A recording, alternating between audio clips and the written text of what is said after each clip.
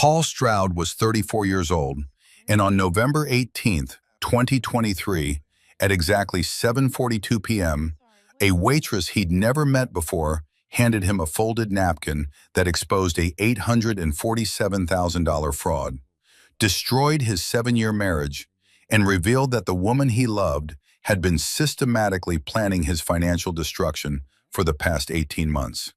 He sat across from his wife Victoria at the Sterling Oak, an upscale steakhouse on Larimer Street in downtown Denver, trying to salvage what was left of their anniversary celebration. The restaurant was the kind of place where a ribeye cost $89 and a glass of wine ran $24. Paul had saved for 3 months to afford this dinner on his high school math teacher salary of $58,000 a year. Victoria, who pulled in $180,000 annually as a commercial real estate broker, had forgotten their anniversary until Paul reminded her that morning. She'd shown up 20 minutes late, checking her phone every 30 seconds, her Cartier bracelet, a $12,000 gift from her parents, catching the candlelight as she typed. "I'll have the filet mignon medium rare," Victoria told their waitress without looking up from her iPhone. "And another martini. The 8-ounce or the 12-ounce, ma'am?" The waitress was young, maybe 25, with kind eyes and a name tag that read, Sophie. "The 12-ounce, obviously." Victoria's tone made Sophie flinch. "I'll have the ribeye, medium," Paul said, trying to smile at Sophie. "And thank you." When Sophie returned with their drinks 10 minutes later, she set Victoria's martini down with professional precision, then placed Paul's water glass on the table. As she did, a folded cocktail napkin fell into his lap. Their eyes met for a fraction of a second. She gave the smallest nod toward the restrooms, then walked away. Paul waited until Victoria was absorbed in her phone, something about a deal closing tomorrow, before unfolding the napkin. The handwriting was small, urgent, and the words made his blood run cold.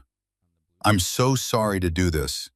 Your wife has been coming here every Tuesday and Thursday for 16 months with a man named Richard Hartwell. They sit in booth 12.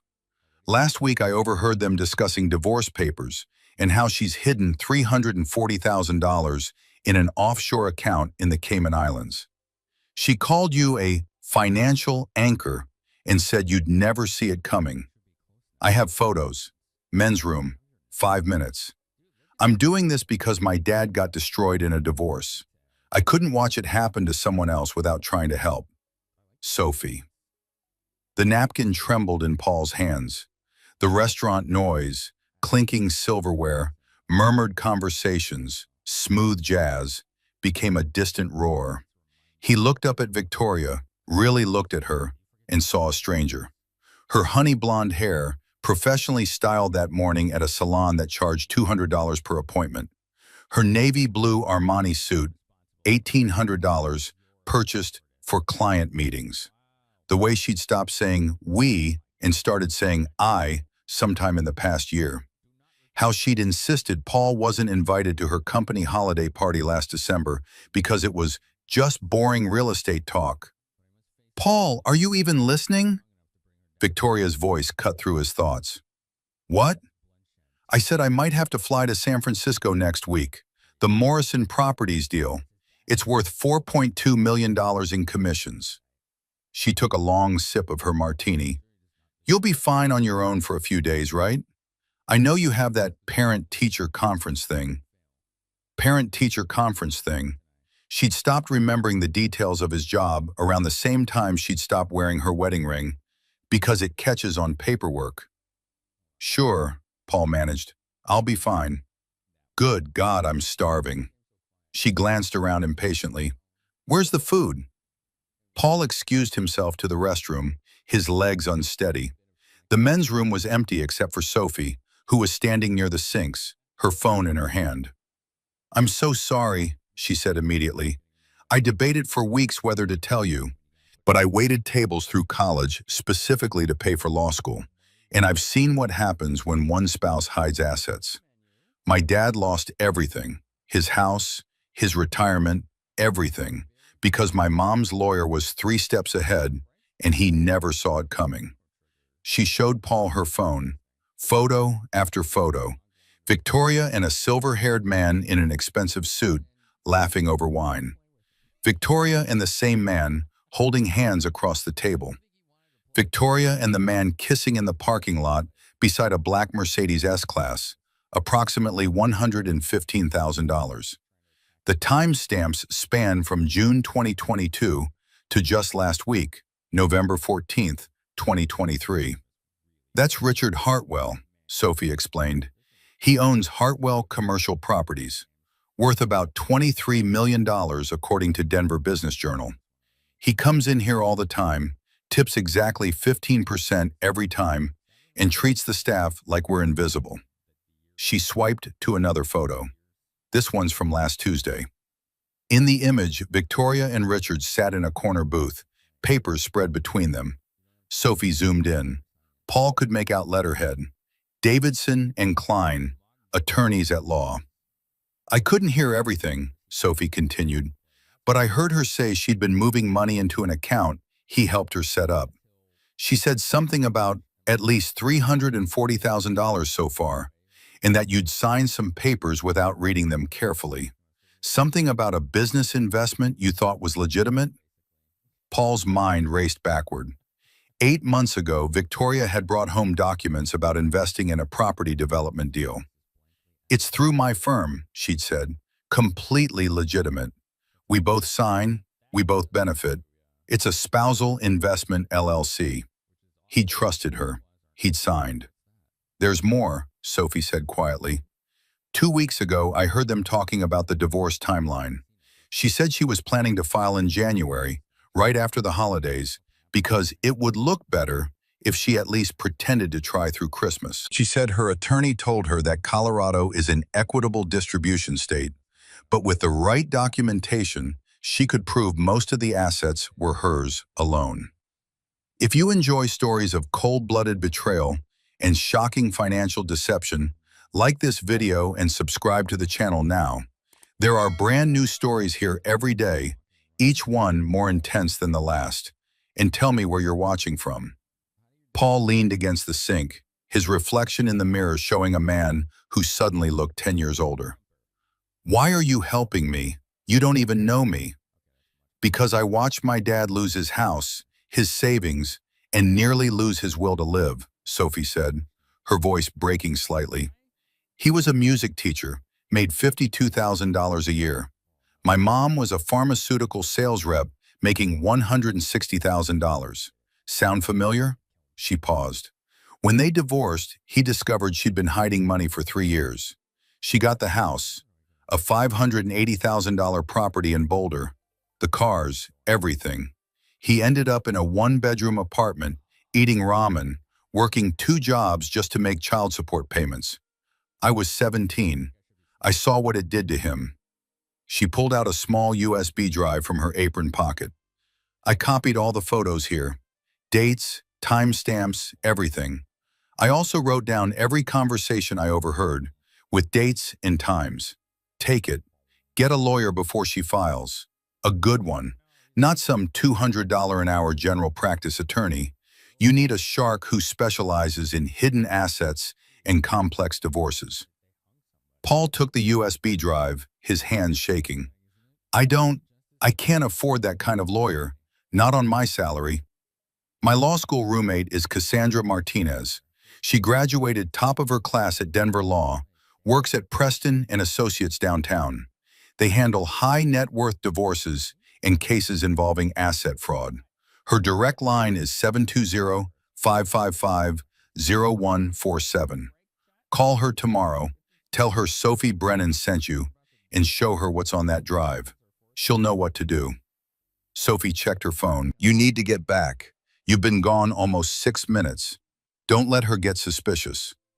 How much do I owe you for? You don't owe me anything, Sophie interrupted. Just promise me you'll fight. Don't let her take everything you've worked for. And when this is over, when you've got your life back, maybe send my dad a message. His name is Robert Brennan. He still teaches music at Boulder Creek High School. Let him know that someone won the battle he lost. It might help him heal. Paul nodded, unable to speak. He slipped the USB drive into his pocket and returned to the table, where Victoria was texting furiously, her second martini already half empty. "Took you long enough," she muttered. "Food just arrived." Paul looked down at his $89 ribeye and felt his stomach turn. Across from him, Victoria cut into her $76 filet mignon with the same precision she apparently used to dismantle their marriage. "Everything okay?" she asked, not looking up from her phone. "Everything's fine," Paul said, but he was already doing the math. 7 years of marriage, joint accounts with approximately $127,000.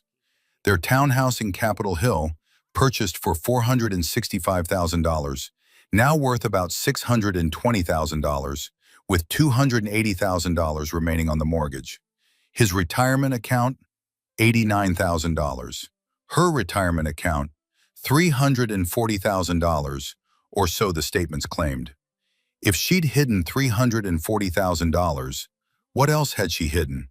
What other accounts existed that he didn't know about? How much of their money had she systematically transferred into accounts where his name appeared as a co-investor, but she controlled everything? "You're being weird," Victoria said, finally looking at him. "What's wrong?" Paul picked up his fork. "Just thinking about the San Francisco trip. When are you leaving?" "Tuesday, back Friday." She smiled, the same smile he'd fallen in love with 9 years ago at a friend's barbecue. "Why? Going to miss me?" "Something like that." What Victoria didn't know was that Paul taught AP calculus and statistics. He spent his days teaching teenagers how to identify patterns, analyze data, and solve complex problems. He'd already started calculating timelines. Tuesday and Thursday dinners for 16 months meant approximately 140 meetings. If each dinner cost $200 minimum, that was $28,000 minimum. Where had that money come from? Not from their joint account. He would have noticed withdrawals that large. She had to have another account, probably several. "I'm exhausted," Victoria announced, pushing her half-eaten steak away. "Can we just get the check and go?" The bill came to $267.89. Paul paid with their joint credit card, the one tied to their shared Chase account. He left Sophie a $60 cash tip, every dollar he had in his wallet, and wrote on the receipt, "Thank you for everything." Sophie met his eyes as they left. She gave him a small, encouraging nod. In the car, Victoria immediately took a phone call. "Richard, hi. Yeah, dinner was fine." Paul was in one of his moods. She laughed at something Richard said. I know, just a few more weeks and then it won't matter." Paul gripped the steering wheel tighter and said nothing. He drove their $32,000 Honda Accord, the practical car they'd bought together 3 years ago, while Victoria chatted with the man she was leaving him for, the man worth $23 million who drove a $115,000 Mercedes. They had no idea what was coming. When they got home to their townhouse on Gilpin Street, Victoria went straight to her home office and closed the door. Through it, Paul could hear her voice, low and intimate, talking to Richard, planning their future, a future that didn't include him. Paul went to his own small office, the room with his teaching materials and stacks of ungraded calculus tests. He plugged in the USB drive, 247 photographs, spreadsheet documents titled Asset Distribution Timeline.xlsx and Marital Property Division.docx. Email screenshots between Victoria and her attorney, Jeremy Klein, discussing strategies to minimize his share and maximize separate property claims. One email, dated October 3rd, 2023, made his hands shake. "Jeremy, per our discussion, I've successfully transferred an additional $75,000 to the Cayman account. Total now, $340,000. Paul signed the LLC documents without reading them, as expected. The property investment story worked perfectly, By the time he realizes the investment doesn't exist, we'll have filed and frozen everything. His teaching salary is embarrassing, and the court will see I'm the primary earner. We should be able to argue that most marital assets came from my income and career. Also confirm that Richard is willing to testify about the property development partnership if needed, which gives us cover for the money trail. Paul is too trusting and frankly too stupid to figure any of this out before it's too late. See you Tuesday at 2 p.m. to finalize the January filing timeline. V. Too trusting. Too stupid. Paul stared at those words for a long time. He wasn't stupid. He had a master's degree in mathematics from the University of Colorado. He taught kids how to think critically and solve problems. But he'd been blinded by love, by trust, by the belief that his wife was his partner. That ended tonight. He picked up his phone and dialed the number Sophie had given him. It rang 4 times before someone answered. This is Cassandra Martinez. Ms. Martinez, my name is Paul Stroud.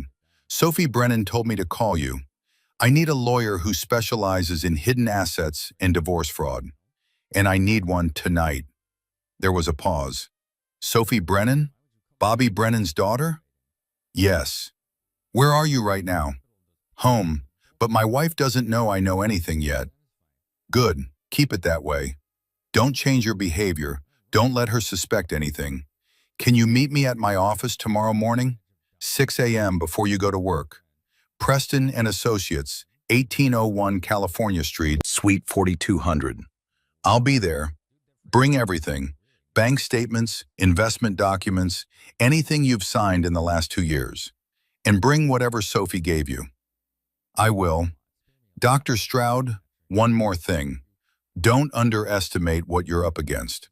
If your wife has been planning this for 18 months, she's got a strategy. But here's what she doesn't know. I love destroying strategies. I'll see you tomorrow at 6 a.m. sharp. Paul hung up and sat in the darkness of his office. Down the hall, he could still hear Victoria laughing with Richard, planning Paul's destruction, celebrating her brilliant scheme. She thought she was 3 moves ahead. She had no idea he'd just learned the entire playbook. Tomorrow, the real game would begin, and Paul Stroud, high school math teacher with a $58,000 salary, was about to teach his $180,000 earning wife a lesson in consequences. Paul arrived at Preston and Associates at 5:47 a.m., 13 minutes early, carrying a weathered backpack filled with 7 years of financial documents. The office occupied the entire 42nd floor of a gleaming downtown tower with views of the Rocky Mountains. The reception area alone probably cost more than his annual salary to furnish. Cassandra Martinez met him personally at the elevator. She was maybe 40, wearing a charcoal gray suit that screamed competence, and a silver watch that Paul recognized as an Omega Seamaster, approximately $6,500. Her handshake was firm, her eyes sharp and assessing.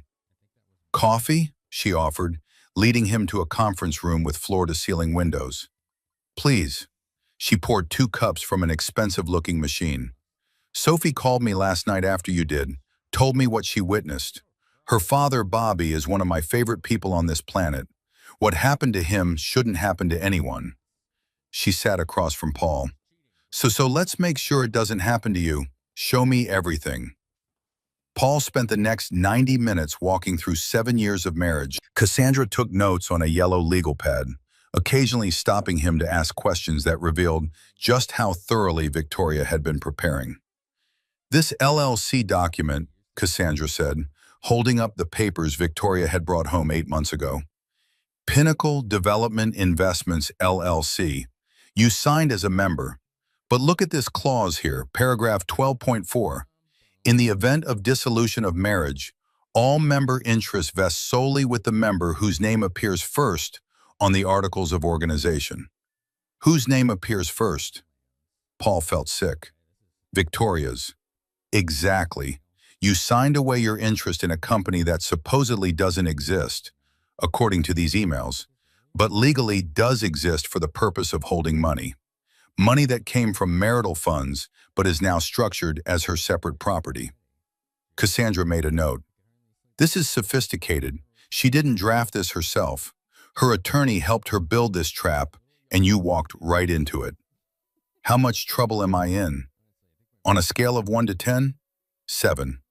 But here's the good news. She made mistakes. She got arrogant. Cassandra pulled out her laptop. First, Colorado is an equitable distribution state, not a community property state. That means the court divides assets fairly, not necessarily equally. Second, fraudulent concealment of assets is illegal. If we can prove she intentionally hid money with the intent to defraud you in a divorce, the court will not look kindly on that.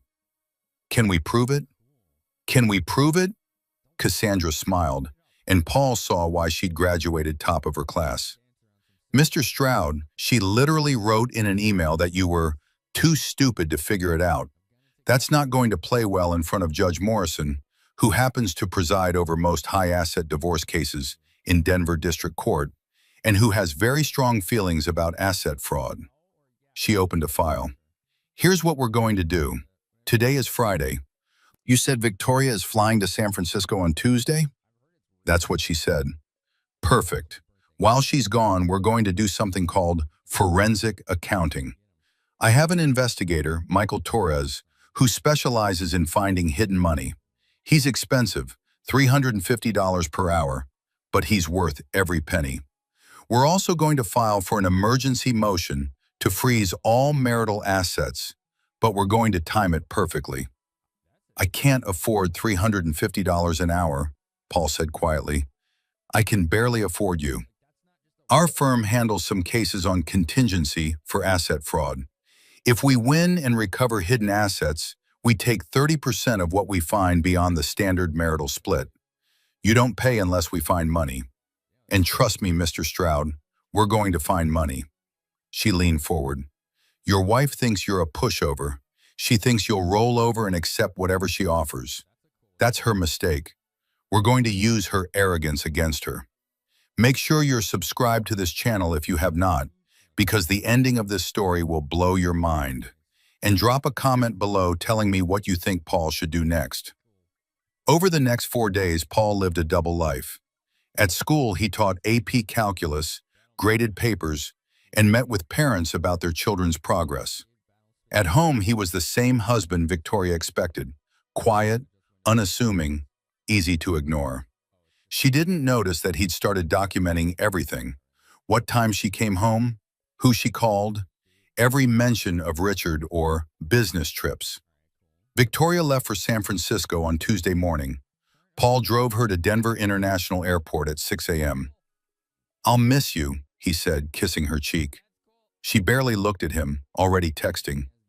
I'll be back Friday. There's leftover Thai food in the fridge. Have a safe flight. The moment her plane took off at 7:35 a.m., Paul called Cassandra. She's gone. Excellent. Meet Michael Torres at your house in 1 hour. He's going to need access to her home office and all her computers. Michael Torres was a former FBI forensic accountant who now made $280,000 a year helping divorce lawyers find hidden money. He arrived at Paul's townhouse with 2 large equipment cases and a tablet. Standard procedure, Michael explained, setting up in Victoria's office. I'm going to image her computer hard drive, clone her phone if she left an old one anywhere, and go through every document in this office. We're looking for account statements, passwords, correspondence with her attorney, anything that shows where money went. Is this legal? Paul asked. It's your marital residence, your marital property, and she's your wife. In Colorado, you have a legal right to access marital financial information. We're not hacking anything, we're just looking at what's already here. It took Michael 6 hours. When he finished, he had filled 3 USB drives with data and had a preliminary report that made Paul's blood boil. Your wife is extremely organized, Michael said. Almost too organized. She kept spreadsheets detailing every transfer. Look at this. He showed Paul a spreadsheet titled Asset Protection Timeline.xlsx. It detailed transfers going back 23 months. June 2022, $15,000 to Pinnacle Development LLC. July 2022, $22,000 to Pinnacle Development LLC. August 2022, $18,000 to Pinnacle Development LLC. September 2022, $25,000 to Cayman International Bank, account number 847293. The list continued month after month until it reached $340,000, exactly as the email had stated. But here's where it gets interesting, Michael continued. These transfers all came from your joint investment account at Charles Schwab. She was slowly draining it, assuming you never checked the balance because she handled the investments. Paul felt like an idiot. She'd always said she was better with money, that she'd manage their investments. He'd trusted her. There's more, Michael said. I found correspondence between her and Richard Hartwell. They're not just having an affair, they're business partners. Hartwell Commercial Powers is buying a development site in Fort Collins for $8.7 million. Your wife invested $340,000 as a limited partner, except she used marital funds to buy into a business deal that's solely in her name. Can we get that money back? Not just back. We can get her crucified in court.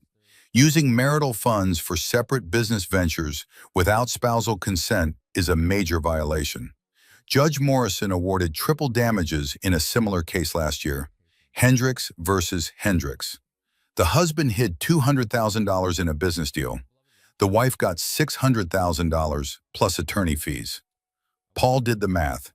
Triple damages on $340,000 was $1,020,000. She doesn't have that kind of money, he said. No, but Richard Hartwell does. And if we can prove he knowingly participated in helping her hide marital assets, he becomes liable too. Corporate veil piercing. His company, his personal assets, all fair game. That evening, Paul called Cassandra with an update. She listened to Michael's findings and went silent for a moment. Mr. Stroud, I think we need to accelerate our timeline. I'm going to file an emergency motion Thursday morning while she's still in San Francisco. We're going to freeze everything, bank accounts, investment accounts, the Cayman account if we can reach it, and we're going to put a lien on the Fort Collins property investment. She's going to land Friday afternoon and discover her entire financial life is frozen. Won't that make her angry? Furious, but anger makes people careless, and we need her careless because we still don't know if there are other accounts. Michael found $340,000. I'd bet money there's more. Cassandra was right. On Thursday morning, while Victoria was touring properties in San Francisco with Richard, Paul knew because she'd posted photos on Instagram. Cassandra filed a 47-page emergency motion in Denver District Court. The motion included evidence of the $340,000 in hidden transfers, copies of emails discussing asset concealment, the fraudulent LLC documents, expert testimony from Michael Torres, Sophie's photographs and written timeline, a request to freeze all assets pending full forensic audit, a request for sanctions against Victoria's attorney for participating in fraud. Judge Morrison granted the motion at 2:30 p.m. By 3 p.m., every account Victoria controlled was frozen. The joint Chase account, frozen. The Charles Schwab investment account, frozen. Her individual Bank of America account, frozen. The Cayman account would take longer, but Cassandra had already contacted international asset recovery specialists. The Fort Collins property deal closes Monday, Cassandra told Paul Thursday evening. Except it's not going to close because we put a lien on it this afternoon. Hartwell Commercial Properties can't complete the purchase without clear title to all investor funds. Your wife's $340,000 just became a $340,000 paperweight that's blocking an $8.7 million deal. What happens when Richard finds out? That's where it gets fun, Cassandra said, and Paul could hear the smile in her voice. Richard Hartwell is a businessman. He didn't become worth $23 million by being stupid. When he discovers that his mistress's marital drama is tanking his largest deal of the year, he's going to make a choice. And I guarantee that choice won't be standing by your wife. Victoria's plane landed at Denver International Airport at 4:47 p.m. on Friday. Paul knew because he tracked it online. She'd texted him, "Landed, getting an Uber, be home in an hour." Paul sat in their living room, waiting. Cassandra had advised him to stay calm, document everything, and avoid confrontation. Victoria walked in at 6:15 p.m., rolling her carry-on suitcase. She looked exhausted and distracted. "Hey," she said, barely glancing at him, "I need to make some calls." She went straight to her office. Paul heard her boot up her computer, heard the click of her mouse, and then heard the sound he'd been waiting for. "What the fuck?" Victoria burst out of her office, her face pale, her phone in her hand. "Paul, something's wrong with the bank accounts. They're all frozen. There's some kind of court order. Do you know anything about this?" Paul looked at his wife, the woman he'd loved for 9 years, married for 7, trusted with everything, and felt nothing but cold satisfaction. "I know everything, Victoria. I know about Richard. I know about the $340,000. I know about the Cayman account. I know about the Fort Collins property deal. I know you've been planning to divorce me since at least June 2022. I know you called me too stupid to figure it out." He stood up. "Turns out I'm smarter than you thought." Her face went through several emotions in rapid succession: shock, fear, anger, and finally, calculation. "I don't know what you think you know, but I have emails, Victoria. Your emails to Jeremy Klein. I have the spreadsheets. I have photos of you and Richard at the Sterling Oak every Tuesday and Thursday for 16 months. I have testimony from witnesses.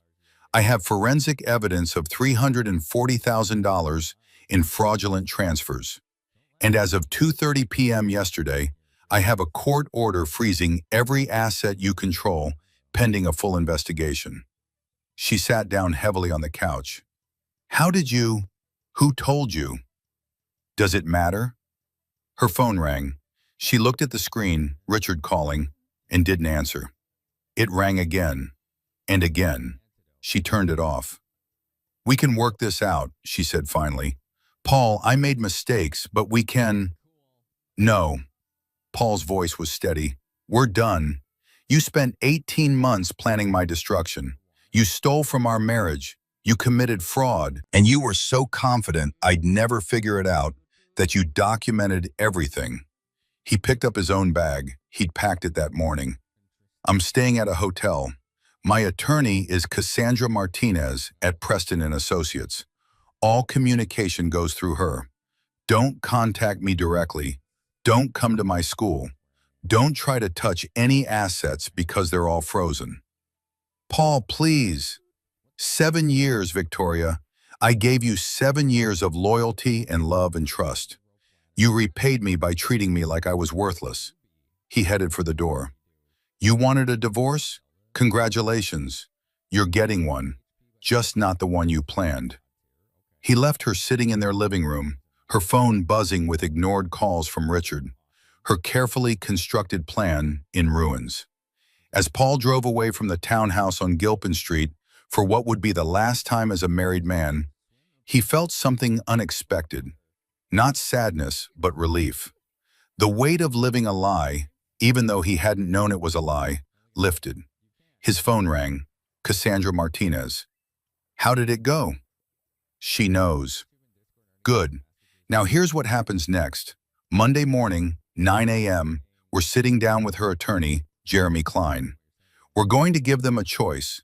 Settle this quickly and fairly, or go to trial and face sanctions for fraud. Either way, you're going to walk away with more than half the marital assets, plus damages." "What about the Fort Collins deal?" "Richard Hartwell's attorney called me an hour ago. The deal is in jeopardy. Hartwell stands to lose $2.1 million in earnest money if they can't close Monday. He wants the lien lifted. I told him we'd consider it if he provides full documentation of Victoria's investment and confirms it was made with marital funds. He agreed to cooperate fully. Paul couldn't help but smile. He's turning on her. Faster than a rat leaving a sinking ship. Men like Hartwell don't risk millions for romance. He's already calculating how to minimize his exposure. By Monday morning, your wife is going to be very alone. That night, in a Hampton Inn off I-25, Paul lay in an uncomfortable bed and thought about Sophie Brennan. A waitress he'd never met before had risked her job, possibly legal trouble, to save a stranger from financial ruin. Because she'd watched her father suffer and couldn't stand to watch it happen again. He thought about calling Sophie, thanking her, but decided to wait. First, he'd finish this. Then he'd thank her properly. And he'd reach out to her father, Bobby Brennan, the music teacher at Boulder Creek High School who'd lost everything. He'd tell Bobby that this time, the good guy won. But Paul's battle was far from over. Victoria wasn't the type to surrender easily. And somewhere in San Francisco, Richard Hartwell was making his own calculations about how to protect his $23 million fortune. The real fight was about to begin. Monday morning arrived with fresh snow blanketing Denver, the kind of heavy, wet November snow that made the city look clean and new. Paul stood outside the Preston and Associates conference room at 8:47 a.m., watching Victoria and her attorney Jeremy Klein through the glass wall. Klein was exactly what Paul had imagined. Mid-50s, expensive suit, probably a Brioni worth $4,500, and the practiced arrogance of a man who'd spent 20 years winning by intimidation. Victoria looked terrible. Her normally perfect hair was pulled back in a messy ponytail. She wore jeans and a sweater instead of her usual designer outfits. Dark circles shadowed her eyes. Her phone sat on the table in front of her, face down, silent. Cassandra appeared beside Paul, carrying a leather portfolio. "Ready?" "Ready." They walked in together. The conference room seated 12, but felt intimate and tense with just the 5 of them. Paul, Cassandra, Michael Torres, the forensic accountant, Victoria, and Jeremy Klein. "Let's skip the pleasantries," Cassandra began, settling into her chair. "Mr. Klein, you've had the weekend to review the evidence we submitted with our emergency motion. You've seen the emails, the photographs, the financial records, and the expert analysis. So let's talk about what happens next." Klein adjusted his Hermes tie, $295. "Ms. Martinez, I think your client is overreaching. My client made some investments that—" "Your client committed fraud," Cassandra interrupted. "And you helped her do it. That LLC document, the one where Mr. Stroud signed away his interest in paragraph 12.4, that's fraudulent inducement. You drafted a document designed to look like a joint investment vehicle while actually being a tool to strip marital assets. In Colorado, that's grounds for sanctions against an attorney. You could lose your license." Klein's face reddened. "You have no proof I knew." "We have an email from October 3rd where Ms. Stroud tells you her husband is too stupid to figure it out, and you respond, quote, 'That's why we structured it this way. Just make sure he doesn't ask too many questions before signing,' end quote." Cassandra slid a printout across the table. "That's consciousness of guilt, Mr. Klein. That's conspiracy to commit fraud. That's you becoming a defendant instead of an attorney." Victoria stared at the table. Klein's face went from red to pale. "Here's our offer," Cassandra continued. "Ms. Stroud will return all hidden assets, the $340,000 plus whatever else Mr. Torres finds in his complete audit. She will pay Mr. Stroud's attorney fees, which currently stand at $37,500. She will surrender her interest in the Gilpin Street townhouse, valued at $340,000 in equity. In exchange, we won't pursue criminal fraud charges. We won't pursue sanctions against you, Mr. Klein, and will allow the Fort Collins property deal to proceed." "That's insane," Klein sputtered. "You're asking for everything." "No, we're asking for what she tried to steal plus consequences. Everything would be pursuing triple damages under Hendricks v. Hendricks precedent, which would mean $1,020,000 plus the townhouse, plus attorney fees, plus sanctions. We're being generous. If you're enjoying this story, hit that like button and let me know in the comments what you would have done in Paul's situation. Victoria finally spoke, her voice hoarse. I don't have $340,000 in cash. It's all in the Fort Collins deal. Then Mr. Hartwell needs to return it, Cassandra said simply. His attorney has already agreed to cooperate fully. He'll wire the $340,000 to an escrow account today if we lift the lien. He's choosing his $8.7 million deal over you, Miss Stroud. I suggest you accept that reality. What about Richard? Victoria asked, and Paul heard something in her voice he'd never heard before. Genuine fear. What about us? Cassandra pulled out her phone and played a voicemail. Richard Hartwell's voice filled the room. Victoria, this is Richard. My attorneys tell me your marital situation has created a massive liability for my company. The Fort Collins deal is at risk, and I've got investors threatening to pull out. I can't be associated with this. I think it's best if we don't see each other anymore. My lawyer will be in touch about returning your investment. Please don't contact me again. The message had been left Saturday night at 11:47 p.m. Victoria's face crumpled. He was going to enjoy your company until it became inconvenient, Cassandra said, not unkindly. Men worth $23 million don't risk their fortunes for love affairs, Miss Stroud. You were convenient and expensive and complicated. Paul watched his wife realize she'd lost everything. Richard was gone. Her scheme had failed. Her attorney was facing sanctions. Her accounts were frozen. The $340,000 she'd hidden so carefully was about to be returned. And Paul, quiet, trusting Paul, had outplayed her completely. I need to consult with my client, Klein said weakly. You have until 5 p.m. today, Cassandra responded.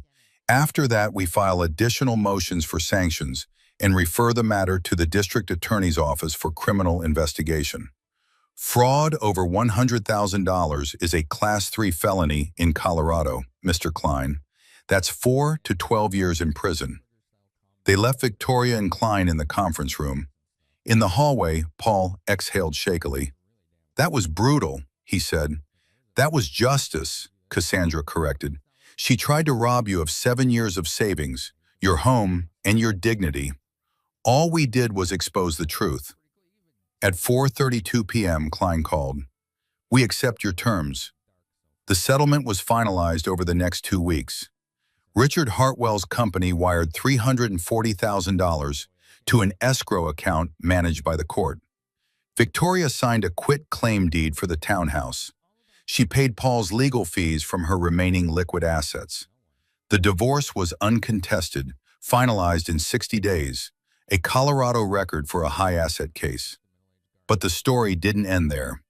Michael Torres completed his full forensic audit and discovered another $127,000 in a different offshore account, this one in Panama.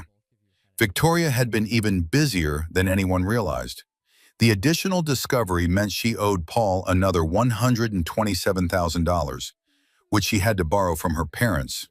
Her father, Thomas Stroud, a retired surgeon worth $3.2 million, was reportedly furious at his daughter's behavior. Victoria's career suffered too. Word spread in Denver's tight-knit commercial real estate community about the fraud case. Clients began requesting different brokers.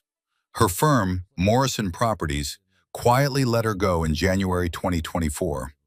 Last Paul heard, she was working for a small residential agency in Aurora, making maybe $45,000 a year. Jeremy Klein faced an ethics hearing with the Colorado Supreme Court Attorney Regulation Council. He received a 6-month suspension and a $50,000 fine for his role in drafting fraudulent documents. His reputation never recovered. Richard Hartwell's Fort Collins deal closed, but the scandal cost him. 2 major investors pulled out, citing concerns about his judgment. The development proceeded, but on a smaller scale. Hartwell avoided legal liability, but Paul heard through Sophie that he'd lost approximately $4.5 million in projected profits because of the delays and investor withdrawals. As for Paul, he kept the townhouse, now worth $640,000 with the mortgage paid down. He'd received $467,000 in returned assets, the original $340,000, the Panama account $127,000. After paying off the remaining $260,000 mortgage and his legal fees, he had approximately $207,000 in cash. He invested it wisely, continued teaching, and discovered he genuinely loved his life without Victoria. His students noticed he seemed lighter, happier. He started coaching the math team again, something he'd stopped doing 3 years ago when Victoria said it took too much time away from their marriage. In March 2024, Paul drove to Boulder Creek High School during his spring break. He found Bobby Brennan in the music room, conducting after-school jazz band practice. Paul waited until practice ended, then introduced himself. "You're Sophie's dad?"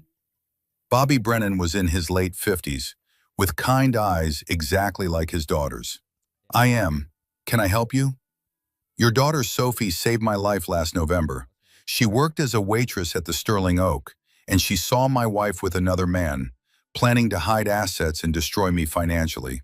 Sophie gave me evidence, connected me with a lawyer, and helped me fight back. I won because of her courage." Bobby's eyes filled with tears. "She didn't tell me she'd done that." "She did it because of what happened to you. She watched you suffer through a divorce where you lost everything, and she couldn't let it happen to someone else." Paul pulled an envelope from his jacket. "I wanted you to know that this time, we won. The teacher didn't lose his house or his savings. The teacher got justice, because your daughter was brave enough to intervene." Inside the envelope was a check for $25,000 and a letter explaining everything that had happened. "I can't accept this," Bobby said, though his hands trembled holding the check. "You already did. That money represents recovered assets that I wouldn't have without Sophie. She refused any reward, so I'm giving it to the person who made her into someone willing to take that risk. Use it however you want. Pay off debt, take a vacation, donate it, whatever brings you peace." Bobby broke down crying. Paul learned later that Bobby had been drowning in credit card debt from the divorce, almost $34,000, and the money cleared it entirely.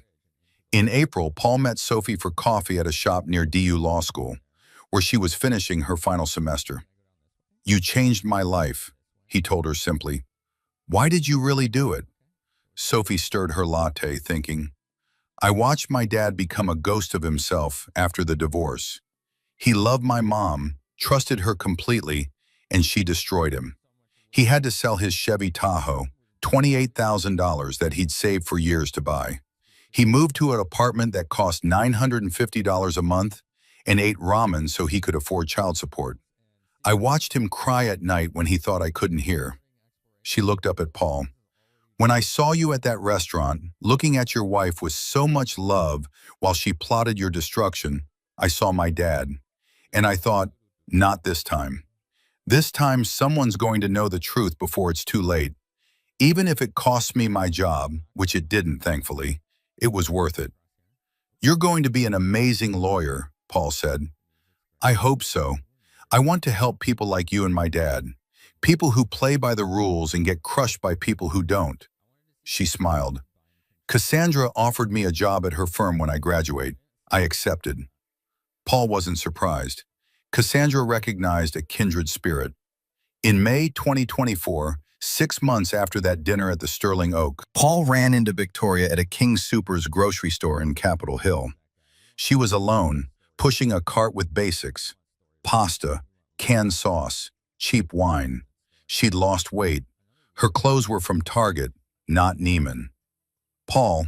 "Hello, Paul," she said quietly. "Victoria." They stood in the pasta aisle, two people who'd once promised forever. "I wanted to apologize," she said. "I know it doesn't mean anything now, but I was wrong. I was greedy and selfish, and I hurt someone who never deserved it. I threw away 7 good years because I wanted more. More money, more status, more excitement. And I lost everything that actually mattered." Paul looked at the woman he'd once loved and felt pity. Not satisfaction, not vindication, just sadness for what she'd become. "I forgive you," he said, surprising himself. "Not because what you did was okay, but because carrying anger around isn't worth it. You paid the price for your choices. That's enough." "Are you happy?" she asked. "Yeah, actually, I am. Teaching, grading papers, coaching math team, living alone in a townhouse I actually own. It's a good life. Turns out I didn't need the fancy dinners and the keeping up with everyone else stress. I just needed to be appreciated. And now I appreciate myself." Victoria's eyes filled with tears. "I'm sorry I couldn't see your worth." "Me too. Take care of yourself, Victoria." He walked away, leaving his ex-wife in the grocery store, and realized he meant what he'd said. He'd forgiven her. Not because she deserved it, but because he deserved peace. That evening, Paul sat on his back deck, his deck now, fully paid for, watching the sun set behind the mountains. His phone buzzed with a text from his brother Daniel, inviting him to a family barbecue. His mom wanted to see him. His niece missed her uncle. Paul had spent so many years putting Victoria first, skipping family events because she found them boring, missing his nephew's birthday parties because she had work functions. Now he could say yes to everything that mattered. He'd learned something profound through all of this. Sometimes betrayal is a gift. It removes people who don't deserve you and makes space for people who do. Victoria's scheme had destroyed their marriage, but it had freed Paul to build a life he actually wanted. The waitress who'd slipped him that napkin hadn't just saved his assets, she'd saved his future. And on quiet nights like this, when the world felt right again, Paul understood the deepest lesson of all. Sometimes the best revenge isn't revenge at all. It's letting people face the natural consequences of their own actions while you build something better. Victoria had wanted to destroy him to elevate herself. Instead, she destroyed herself while he'd risen from the ashes, stronger, wiser, and genuinely happy. Justice doesn't always look like courtroom victories and financial settlements. Sometimes it looks like a middle-aged math teacher sitting on a deck he owns, drinking coffee he can afford, planning a life he actually wants to live, surrounded by people who genuinely love him. That's the ending Victoria never saw coming, and that's the ending Paul would choose every single time. If you enjoyed this story, like this video and leave a comment telling me what you thought. And if you're not already subscribed to the channel, please subscribe and hit the notification bell to get alerts for new stories like this one. Thanks for watching, and I'll see you next time.